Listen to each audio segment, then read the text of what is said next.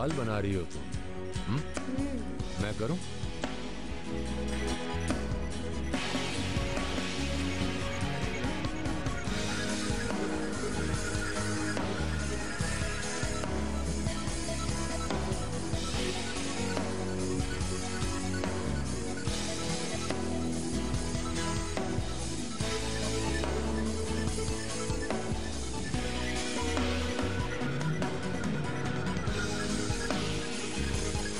नीलोफर, क्या तुमने सुनहरे बालों वाली शहजादी की कहानी सुनी? नहीं सुनी। मैं सुनाऊं तुम्हें?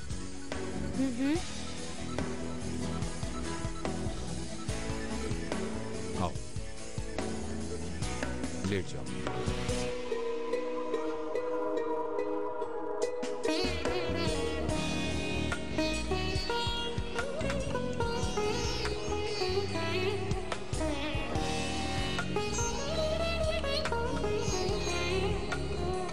बहुत दूर एक मुल्क में शहनीला नाम की एक शहजादी रहती थी, बहुत खूबसूरत थी। ये शहजादी एक बड़े से महल में रहा करती थी। उस महल में उपज़ोन नाम का एक मीनार था।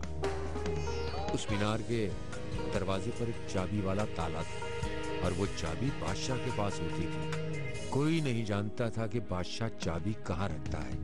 इस राज का सिर्फ रानी को पता था।